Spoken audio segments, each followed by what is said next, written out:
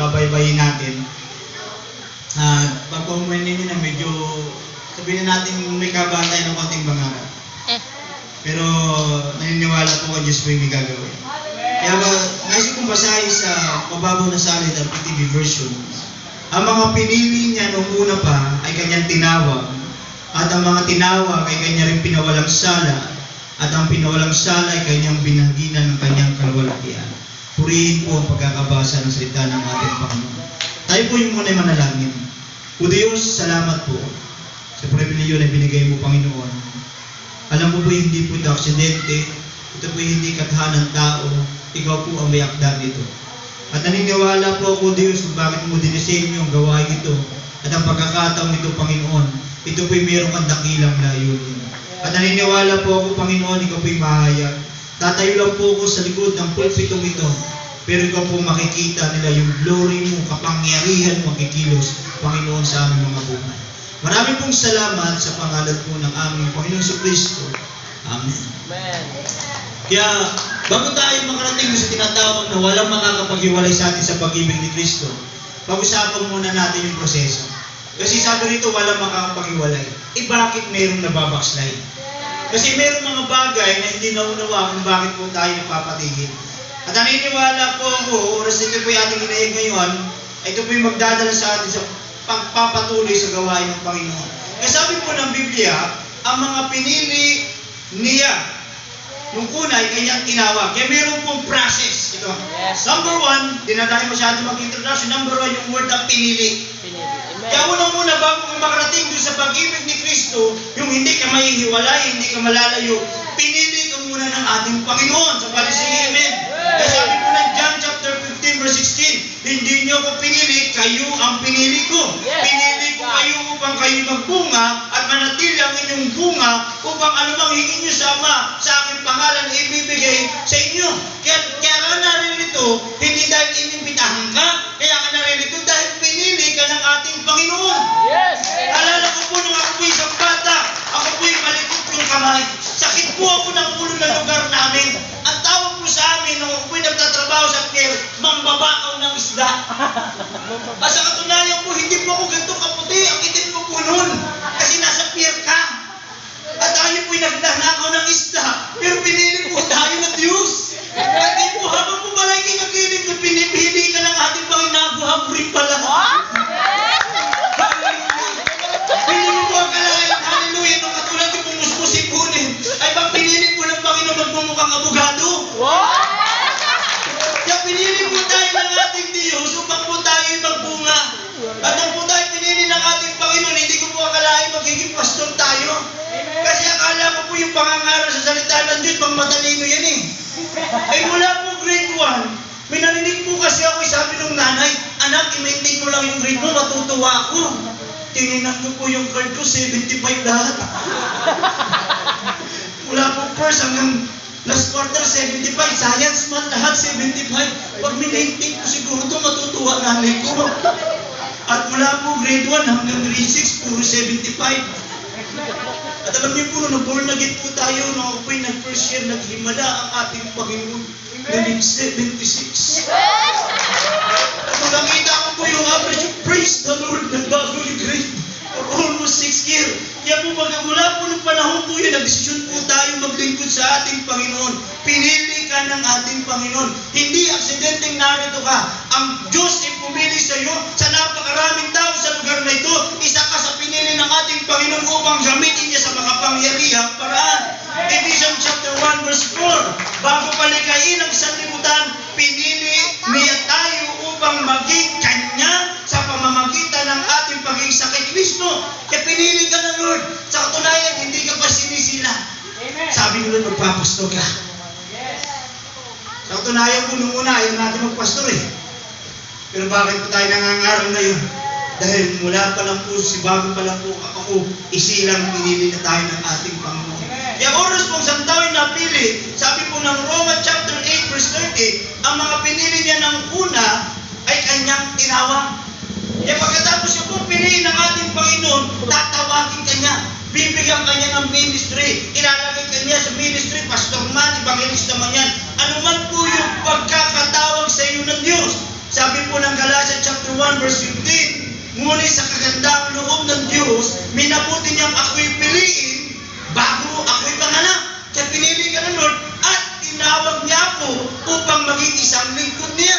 Kaya pagkatapos po ng pagkakapili sa iyo, kaya kanaro nito, ang sunod po nun, calling.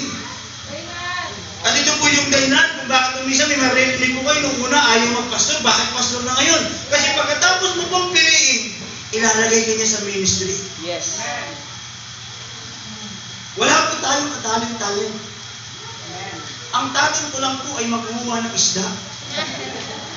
Sa katunayan po, pag nandun na po yung pagbubulong, yung bulong, tawag sa amin sa Lucena ay bulong, nandun po yung mga banyera, tapos nandun po yung mga tao, bubulong sila kung magkano yung ipipresyo nila sa isda. Ang talent ko po na may mahaba po akong kawad. At yung kawad, nakabalik ko. Idadaan po namin sa mga binti ng tao. Ihilahin po yung isa papunta sa akin. Sa biyaya ng Panginoon, sobrang galing at talented tayo, hindi tayo nahuli. Pero alam niyo po yung kakaiba po yung talento na binibigay ng Diyos. Dati hindi po tayo marunong umawit. Sa katunayan nga po, nung magkasama po kami ni Pastor Jubit, isa lang po talaga boses namin nun. Hindi nagpapangayo. Nagandun po ako isang araw, napagalitan pa ako. Sabi sa akin ng Pastor ko, mag-gitara ka na lang. Pero alam niyo po, pag oras po kayo napili, ang Diyos po yung nagbibigay ng ministry. Kasi katunayan sa araw po, nagreklamo po ako sa Lord kasi po, ang first love ko po is Ebanghelyo. Siguro po nung ako po yung first year high school, tinawag po tayo ng ating Panginoon, College. Ang aming pong school noon na yung dati pinagtrabuhan ni Brother Day, yung Sacre. Sacresville. Hindi ko nag-aaral sa Crisville. At that time po, tinawag po tayo ng Diyos dito pa po sa Tumbaga. Kung alam niyo po yung gawaan ng Langguni sa Diyan dito sa may Tumbaga. Bible study namin dati. Sinabi Belen. Bago po mamatay po yun, hallelujah. Yun po yung napatanggap po natin sa ating Panginoon. Eh ngayon po, tinatawag po tayo ng ating dito. Sa problema, wala tayong pamasahe. Ang ginawa po natin, dahil ito po ang Diyos po yung nagbigay sa atin upang maging lingkod, pagkakataon mo. Yung pamasahe ko po from Dalahican, papunta pong bayan, hindi ko na po sinasakayo. Kaya mula po sa Dalahican, lalakad po tayo hanggang bayan. Kasasakay po tayo sa iya. Pagdating po doon, ganun ulit, mahapon laban. Nakakatigod po tayo ng 20 pesos. At pag naipon ko po yung 20 pesos, 100 piso, papamasahe ko po nun, ang jeep pa po nun dito ay nasa, ang terminal na ito, dating Jollibee. Yung Jollibee doon, terminal dati ng jeep. At mula po doon sa jeep, doon sa terminal na yun, maglalakad na po tayo. At pag yung calling po na Diyos, hindi niyo po aliktana yung pagod. Namamalaya ko lang, nandun na pala ako sa Rilis, wala po bayan. Nandun na pala ako doon sa Rilis, ang bukal. Lakad. At pagkahon ko, bakit ang dilim na? Marami pong beses na meron pong last trip. At minsan po yung pamasahe po natin, kulang. Pero hindi po tayo papabayaan ng Diyos pag siya po yung naglakad. At sa katunayan po, kahuli ako kung Bible study, si Nanay Bitin, maghapon po tayo, hapon, nandun po sa Tumbaga, pag-ikot-ikot sa lugar po ito. Pagdating po sa Bible study, kasi pag siya yung nagtawag, nakarinig na po yung hapunan. Putahe. At pagkatapos po nun, talagang papakainin po muna tayo sa ating Bible study, kakain tayo, saka tayo mga ngayon. Sabay bigla po mag-abot. Brad, pamasahin man lang. Dahil po pag siya po yung naglagay sa ministry, hindi niyo po tayo pababayaan. Kaya mula po sa pagkakapili sa iyo, tatawagin ka ng Diyos. At oras na tawagin ka ng Diyos, huwag kang tatanggi. Dahil mayroong magandang layunin ang Panginoon sa iyo. Meron siyang ibibigay sa iyo. Sabi po ng Romans chapter 1 verse 6, kayo'y kabilang sa mga tinawag na maging mga tagasunod ni Jesucristo. Kaya tinawag po tayo ng ating Panginoon upang sumunod sa Kanya. Upang tayo po'y gamitin niya sa makapangyarihang paraan. Kaya ang sunod po na bahagi, sabi po ng Romans chapter 8 verse 13, ang mga pinili nung una ay Kanyang tinawag, at ang mga tinawag ay Kanya rin pinawalang sala. Kaya ang sunod po ginagawa po ng ating Diyos ay tinatawag na justification o pinapawalang sala. Kasi pag oras na nilagay ka sa ministry, tinawag, pinili ka, hindi ka perfecto. Yes, amen. Marami pong pagkakamali sa buhay po natin kahit po ang inyong lingkod. Pero oras po hindi tinawag ng Diyos, itutuwid ka ng ating Panginoon. Amen. At gagamit po ang Diyos, hallelujah, ng mga tao upang ikay ma-rebuke. Yes. Gagamitin po ng Diyos yung pastor nyo para kay sawayin. Alangan naman pag nagkamali ka, may marinig ang tinig sa langit. Uy, mali ang ginagawa mo. Hindi ganun. Gagamitin ng Diyos yung pastor mo upang ikay i-rebuke, itama sa mali mong ginagawa. Sa amin po, kakaiba eh. Pagpasaway ka, nalalapitan talaga kita. Brad, hanap ka na ng ibang fellowship.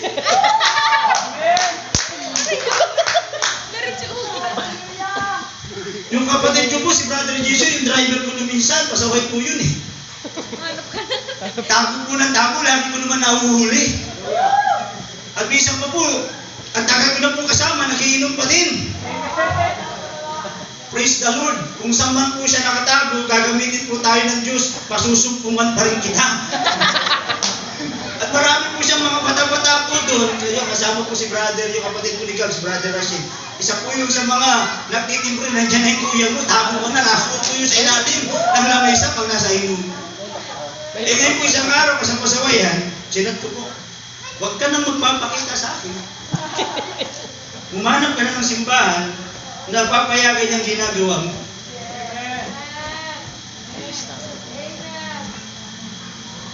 Pag salamat po sa ating Panginoon, minsan nadadala sa ganun. Umiiyak. Bumalik po sa ating Panginoon. Amen. Ginagamit po ng ating Diyos. Sa katunayan po, biniles po siya ng Diyos ang ganda po ng kanyang trabaho. Kaya po siya ito. Ang kanya pong araw po ay 450. Pag nabiyahe po siya, plus 200. Plus 40, isang araw na 1,000. Praise the Lord, hallelujah. Kaya po tayo may tablet, binigyan po tayo. Kaya napaka-importante nung nare-review. Kasi pag hindi po nare-review, hindi po nagtitino. Amen. At sa katunayan, ganun po sa amin, ganun po yung mga imikin namin. Pag po, minsan po may mga pasaway na disciple, iniimik na nila. Sige, hahanap ka ng fellowship, bahala ka.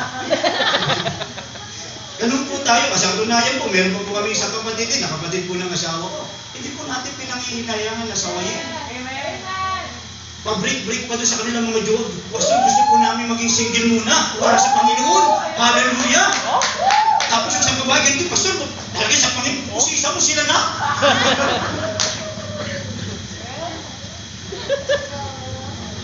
Galing nila, naghiwalay kayo para magkatuluyan kayo. At alam niyo po, sila pinagbatigas ang ulo, hindi po natin sila. Alam niyo po, sa biyaya ng ating Panginoon. Balik-balik na rin. Amen. Pag po talagang hindi po dapat po talagang panghinayangan yung pagsasaway. Yes, amen. Kasi pag hindi po tayo sinaway, mawabali wala po yung calling. Yes. Kasi sunod po ng calling, pagpapawalang sala, itutuwid at itutuwid ka ng Diyos. Lahat ng mali mong ginagawa, lahat ng lihim mo, kailangan may correct. At oras habang ito po'y kinukorek po ng ating Panginoon, masakit po yan. Pero kahit po yung masakit, tanggapin po natin. Dahil po siya'y kakabuti ng ministry ng buhay mo upang lalo ka maging kagamit-gamit sa ating Panginoon. Kaya sabi po sa 1 Corinthians 6:11, ganyan ang ilan sa inyo noon. Ibig sabihin, binanggit ko sa verse 9, lahat po ng kasalanan. Pero dati yun, sabi sa amen. Kapag po yung itinawag ng Diyos, lahat po ng bisyo, lahat po ng ugali, lahat po ng ginagawa mo, aayusin niya ng Diyos. Hindi maaari pag nasa ministry hindi kayo kukulit ng Panginoon. Yes. Pero lang kung magmatigas ka. Yes. At pero pag nagmatigas ka, sabihin ko sa iyo, yung calling mo mawawala. Pero the more na hinahayaan mo lahat ng correction sa iyo ng Diyos, makinig ka. The more na ikay nagiging malinis yung buhay, sabi po rito, ganyan ang ilan sa inyo, subalit kayo pinatawad na sa inyong mga kasalanan at ginawa kayong banal ng Diyos, pinawalang sala na rin kayo sa pangalan ng Panginoong Kristo at sa pamamagitan ng Espiritu ng ating Panginoon. Kaya oras po tayo po ay lumalakad po sa ministry, kinukorek tayo ng Diyos. Hindi kami perfect. O alam niyo lang po, kami po ni Brother Adrian na nasa ministry, lagi po kami pang-awinhan. Sabi niya, punta sa pastor namin, Pastor, pinagtutulungan mo ako dito. Kasi nag-away-away. Ang una talaga mag-away, yung dalawa, yung disciple niya. Bakit di ko alam, bakit kasali na rin ako sa away? At yung pastor po namin ng mga panahon na yun, lagi po kami pinag-aharap. Pero habang lumilipas, kasi nasa ministry kami. Kinukurek. Inaayos. Yung mga galit, pinapalitan ng pag-ibig. Yung mga dampo, hallelujah, tinatanggal po ng atin kasi pinapawalang sala ka. Napaka-importante po ito sa kunin po natin na lumalakad po tayo sa justification.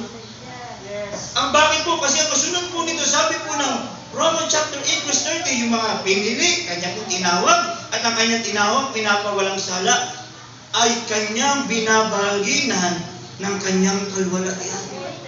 Pag-oras po tayo ay nakukunik, at the more na lumalakas sa holy life, na nagiging matuwid po yung buhay po natin, kasunod na po nun yung anointing. Yes. Yung pagsama po ng ating Panginoon. Hallelujah. Kaya nga sabi po ng 2 Corinthians chapter 3, 17 to 18, ang Panginoon, ang binabanggit dito ay ang Spirit at ang Spirit ng Panginoon ang nagbibigay sa atin ng kalayaan.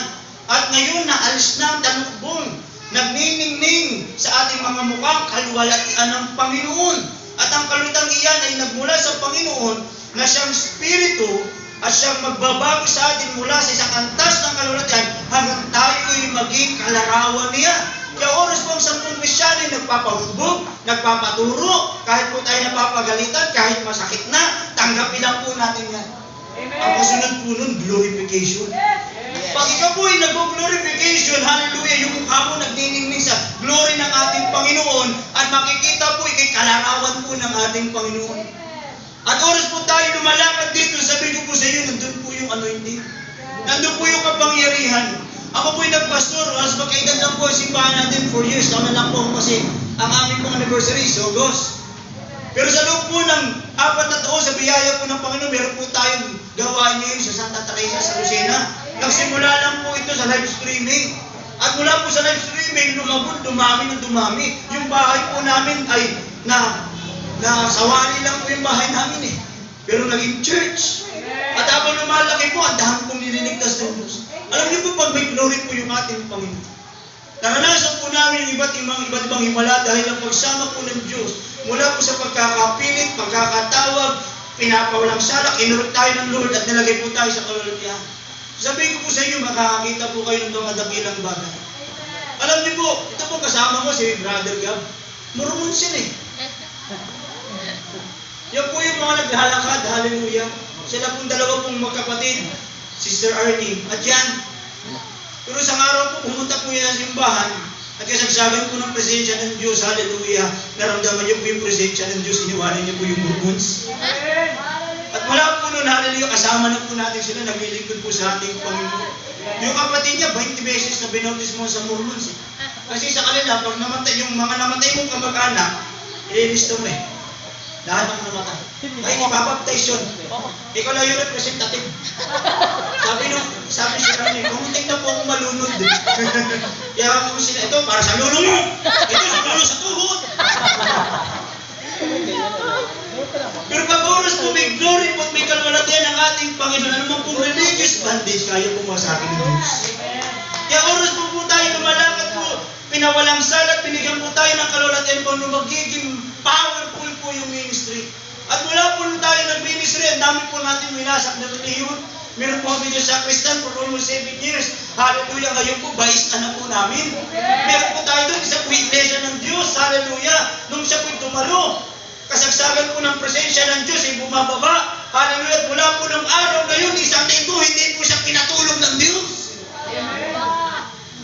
Siya po isang leader sa kanilang simbahan.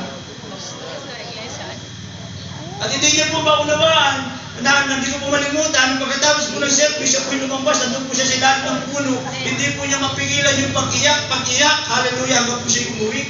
At nung siya po tumutulog, lagi niya po nakikita po yung gawain sa Lucena.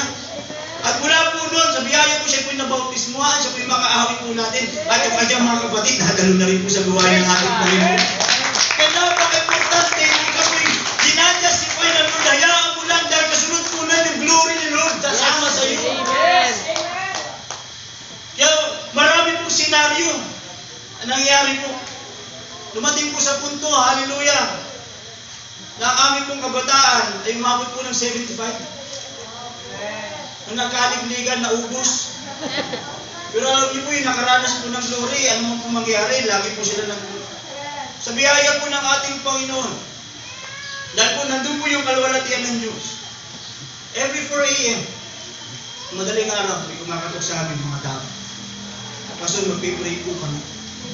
Every day. Isa po namin kabataan, sabi niya, Pastor, pero po tricycle kami. Susunduin ko po yung ibang mga kabataan. Alas 4 po yun, ang bubulabog po ng kanyang kapwa kabataan. At pagdating po ng alas 4, alas 5 po, hallelujah, nandun po, nagpipray po yung napakaraming kabataan. At pagkatapos po nun, alas 2, meron po 5 mananalangin. At pag ginagawa po ng samananang pala, ito po yung kalwalatian ng Diyos at pagkilos. Yes, amen. Napaka-importante po, hallelujah, na yung pagkakatawag, magpawalang sala ka dahil na ito po yung power natin, yung glory ni Lord. At ito po yung ibibigay ng Diyos sa mga taong handang magpahubog, magpabaguhin, lumakas sa maayos na pamumuhay. Eh sabi po rito po yung kalwalatian ng ating Panginoon.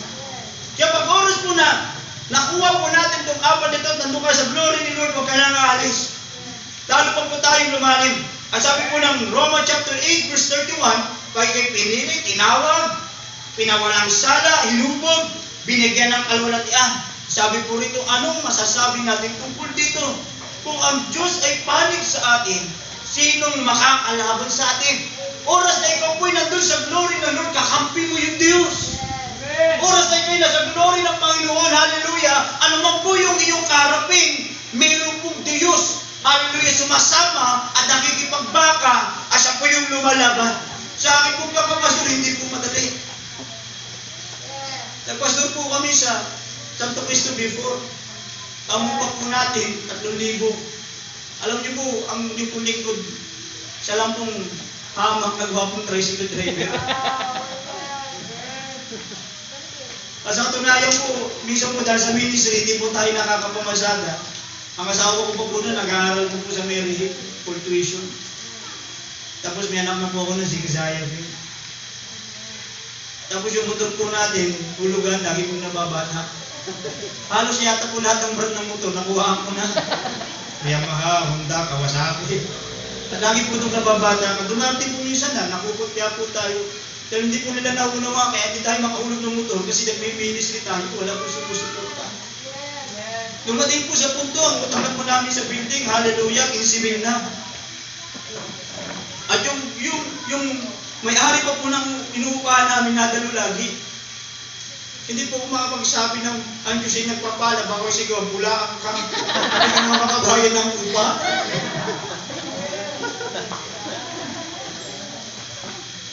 At mula po doon sa napakarami ng tiwala nung una, naubos. Mula po sa 50, natira po yung 7. Pero yung 7 po yun hanggang ngayon kasama ko pa din. Hindi po rin na tayo iiwan. At sa araw po, wala na po tayong pambayan. Nag-decide na po tayo umalis. Tayo po napalipat po rito sa Bukal. Yung bahay po na sa naming kapatiran, ginagamit po namin. Pag-service po, lahat po ng gamit, TV, aparador, pasok po doon sa loob. At pagkatapos po ng service, ilalabas po namin yun. Para po lagi kami naglilipat bahay, every Sunday. Eh meron po doon isang bubong na lamesa. Sa biyaya po ng Panginoon, sabi sa disciple, dahan-dahan, baka mabasa. Wala pa po 5 segundo, basa na agad.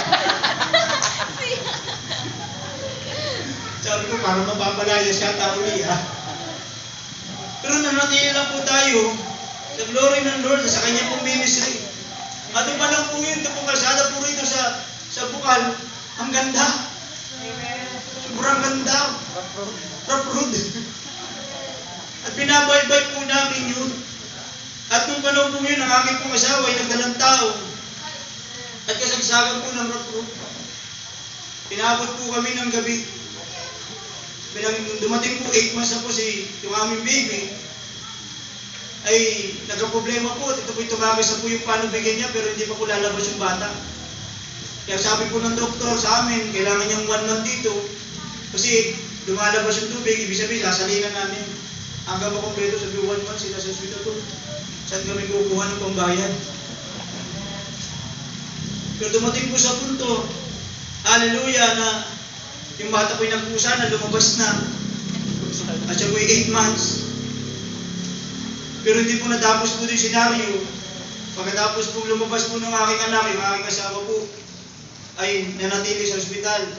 At pagkatapos po lumabas ng aking asawa, pumasok naman po yung aking anak. Ganun po yung senaryo. Pero sa kabila po ng kalaban po namin yung karamdaman, kakampi ko yung Diyos na nagpapagaling. Yes. At yung mga kapatid po yung hallelujah, na kami doon nasa ministry, nakakusahan pa kami hindi tapat. Kung kinasusubo, sabi sa'yo siguro di ka tapat. Tatawa lang po tayo pero nasasaktan din. Pagkatapos po nun, nung pang-apat na ospital na po namin nun, nandun na po yung aking pag-ina, nasa bahay na po. At may that time, sabi ko, kailangan ko na maghanap buhay dahil wala na po talaga kami kapera-pera. Pero isang araw po yung aming pong tiya, yung sumigaw, yung aming pong si Baby Miracle, hindi na po nagalaw. At halos po yung kanya pong hiningay, sobrang bahagya na po. At hawak ko po yung bata. Sabi ko sa Lord, kahit anong mangyari, magpapastor pa rin ako. At alam ko nung kayo kalaban ko po yung kamatayan. Pero kakampi ko po yung Diyos na may hawak ng buhay. Sinugod po namin sa ospital, ito po ang dami po mga doktor, ito po yung nag-50-50. Pero muli ko pong ulitin, dahil sabi po ng Biblia, pag ikaw po'y nagpahubog, nasa ministry ka, bibigyan ka ng glory na Lord, sabi niya, kakampi mo yung Diyos. Yes. At kalaban po namin yung kamatayan ng panahon yun, pero kakampi ko po yung Diyos na may hawak ng buhay. At habang po kami na sa Diyos, hallelujah, hindi niya po kami pinabayaan. At dumating po sa punto, nasa ospital po sila, nagbabayos natin pa rin ako. At sabi po ng mga tao sa amin, anong pinaggagawa mo? Sabi po ng aking bina, sabi niya, iwanan mo na yung pagpapastor mo. Ibigay mo na, itong over mo na yung sa iba. Piyarin mo yung pamilya mo, pero hindi po tayo nakikinig dahil ang Diyos po yung nagtawag sa akin. At kung anong sinabi ng Diyos, yung aking sagot, dahil siya yung may hawak. At yung panahon po yun, naging okay po yung bata. At yung makikita niyo po, yung aking anak, napakatabat, hindi niyo po mababakas, kaya ang pangalan niya po yung Miracle Kuling. At ito pong bata po ito, dumating po yung bill. Kung di po ako nagkakamali, kulang-kulang 70 purihin ng Panginoon. Sa tayo kukuha ng 70. At that time po, birthday po yata nun yung anak ni Pastor Joby Zion dun sa Pleasantville. Sabi ko kasi ilang buwan na po kami nasa ospital. Sabi ko, si Kisha po, napapabayaan namin, sinama po namin yung may video, may nuk-nuk. At kung naalala niyo po yung video na kasama po siya sa, nag-chat po yung aking asawa, sabi niya, 70 yung ating bill. At dumapit ako sa akin, Pastor, sabi ko, Pastor, ito po yung bill namin. Sige, pag-pray natin. Hallelujah. Pag-pray natin. Sabi ko, Lord, pag-pray natin.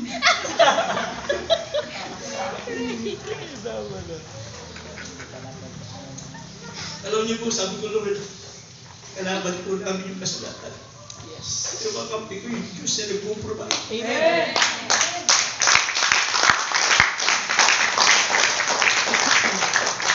Pagkakampi mo ang Diyos, kahit anong kinakaharap mo, kakampi mo yung nagpo-provide, kakampi mo yung nagpapagaling, kakampi mo yung may hawak ng buhay. At di ka dapat matakot.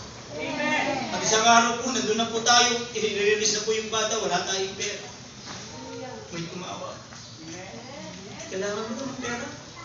Sabi ko, mapapautang niyo po ako. Pero hindi ko alam kung paano babayaran. Sabi niya, hindi mo kailangan bayaran, bibigyan kita. Amen. Sabi niya, bigay mo yung address, pangalan mo. Dumating po yung 75,000, tumububa po kami. Dahil ang Diyos po ay kakampi natin. Kaya oras, ano man po yung kinakaharap po natin, ano man po yung kalalagayan po natin, basta lumalakad ka sa ministry, meron kang nasa inyong glory ni Lord, hallelujah, kakampi mo siya, wala ka dapat katakot. Amen. Marami na po kami kinaharap mag-asawa sa pagpapastor. Ang dami na po pangyayari sa buhay po namin, pero nanatili po kami nakatayo dahil kakampi po namin ng Diyos. Iiwanan ka ng tao, pagsasalitaan ka ng tao, hallelujah, pero Diyos kakampi mo, di kaya papabayaan, iiwanan man. Kaya sabi po rito sa Romans chapter 8, verse 32, pagka nandun ka na sa glory ni Lord, kakampi mo siya. Kung ang sarili niyang anak ay hindi niya pinagkait, sa halip ibinigay para sa ating lahat. Hindi kaya, di kaya naibigay sa atin lahat ng bagay. Ang kasunod po nun, God's favor. Yes. Pagka ikaw po'y nasa glory na ng Lord, at kakampi mo na siya, hingin mo na yung gusto mong hingin. Last year po, sabi ko sa Panginoon, Lord, gusto kong bumasak ng mga religious bandage. Kaya nung dumating po sa punto na ikalawa na tempo ng Diyos, dumating po sa amin, hallelujah, kahit po bago nanginginig, umiiyak. Kaya pagkatapos po dumalo po ng mga tao yun, hallelujah, ang daming nananatili. At kahit po yung aking biyanan, hallelujah, for almost 25 years na pong Krisyano, yung biyanan ko po ay mula po madaling araw, yung po kay rapper. Wala na po ginawa, kundi magngak-ngak.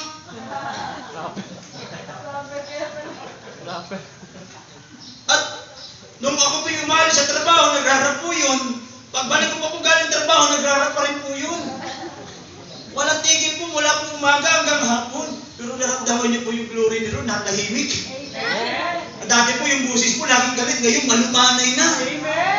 At dati po kung siya po yung nagrarap sa walang kabagay-bagay, pag siya po yung nagpipray, 4 na oras. Ganun po yung pabor ng Diyos pag humingi po tayo sa Panginoon. Isang araw po, Lord, sabi ko, ligtas niyo po yung pamilya ko. Meron po akong tiyahin na siya po yung laging umuusig sa akin mula po ako yung naging disciple. Sa katunayan po, nung ako yung disciple, lahat po ng mga notebook, lahat po ng mga tracks, nilalagay ko po sa clear book po yun. Talagang kinokoleksyon ko po yung mga take note ng paano na yun. Ay persecuted po tayo. Yung mga notebook ko nakita ko po, nandun po hinahabis ako yung tiyahin ko, ginagawa pong panggato. Tapos yung mga picture ko po, nilalagay niya po ng buwit sa mata. At habang lumilipas po yung panahon, hallelujah, kilala ito ni Brother Ed, yung best friend niya. Pag kumakain yung mga, nakatingin ng masama, hindi ko pang kinakain.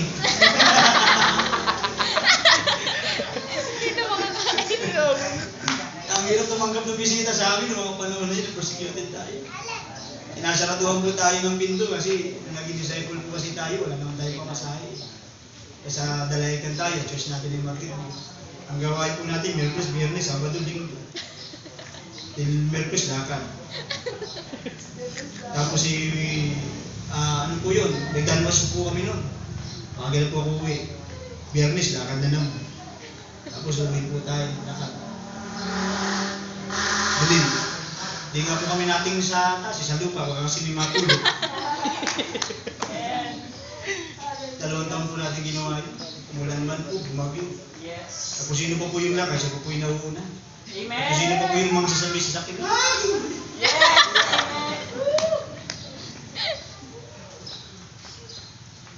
At titiyahin ko pong ito, lagi po tayo pinipersecute. Pati yung aking lola, persecuted po tayo. Ang araw po, galing po sa gawain ng ating Panginoon, yung kuya ko, sinuntok na lang puro kami ng simbahan. Pagkasuntok po sa akin, ako pinapagulong ng ilang, siguro mga 2 gulong. At tumayo po ako, hindi para lumaban. Tumakbo po ako ng banyo. Lumuhod po ako, tanalang Lord, itigtas mo siya. And everyday po, umuwi po ako sa bahay, lagi po sarado. Bisa naranasan ko tumulog sa labas o sa jeep. Pero nung katagalan, hindi ko na sila pinapatulog. Pag sarado, kakatakot ko, ay bahala kasi Daday! Saka masama tayo magpupuyat. Pinapagalitan nyo rin naman ako, di pagalitan nyo na rin habang binubuksan yung pinto. At yung nakaisip po ako ng ibang paraan, yung jealousy po namin, natuto tayo. Balikat kamay natin lahat. Gamitin natin sa pagpasok sa bahay. Pag-iisip ng lola ko, nandito na ito, saka ka pumasok. Alam niyo po yung biyaya po ng ating Panginoon. Wala po nun, lagi po silang pinagpipray. Pero pag nandun, kakapi mo yung Diyos, nandun yung pabor nun. Amen. Kung iyahin ko po, umuusig sa akin mo, mas minibus. Nadali na po sa Panginoon. Yes, God. Ang lola ko, hallelujah, nandun na rin po sa church.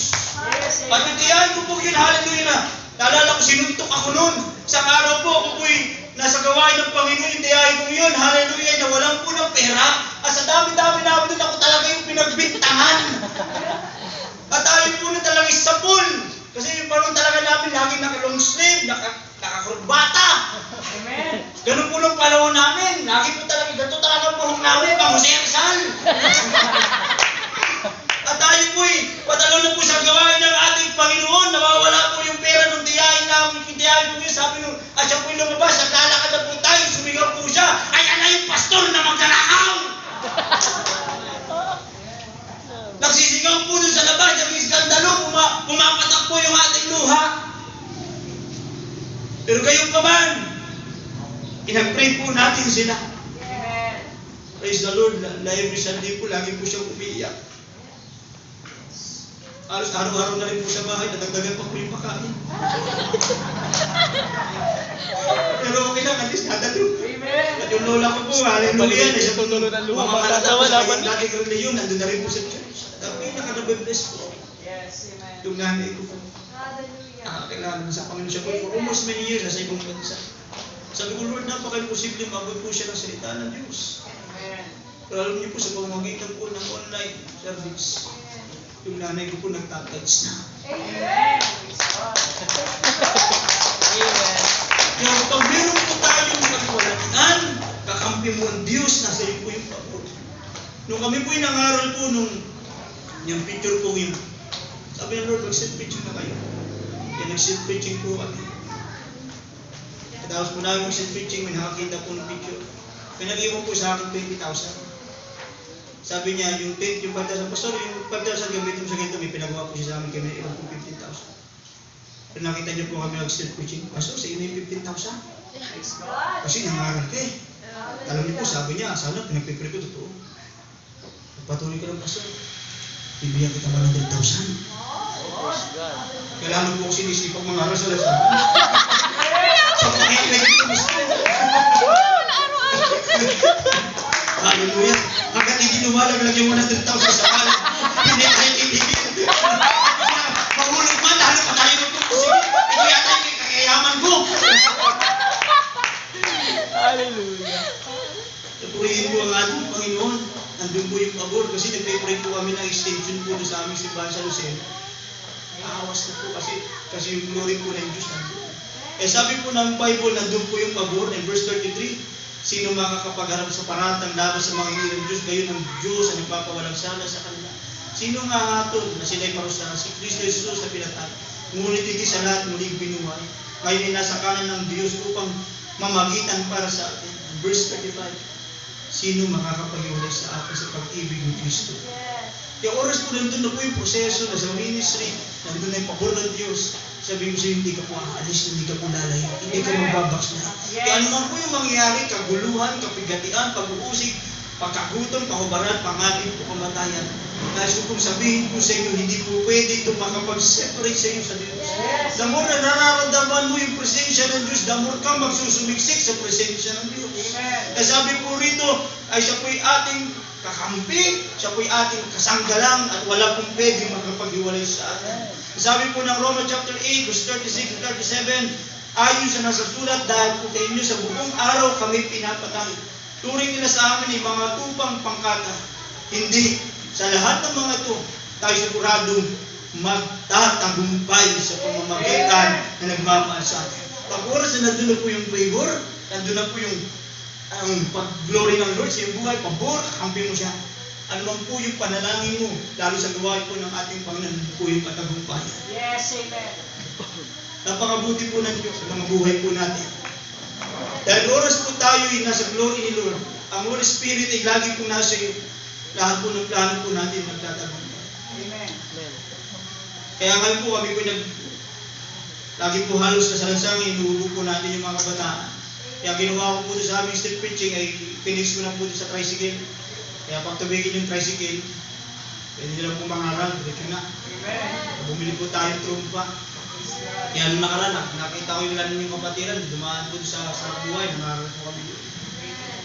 Kaya ginagawa po namin, hindi lang po rin sa Sariaya, pati sa Lucena, mangungumay-ngumay yung mga kabataan namin ngayon.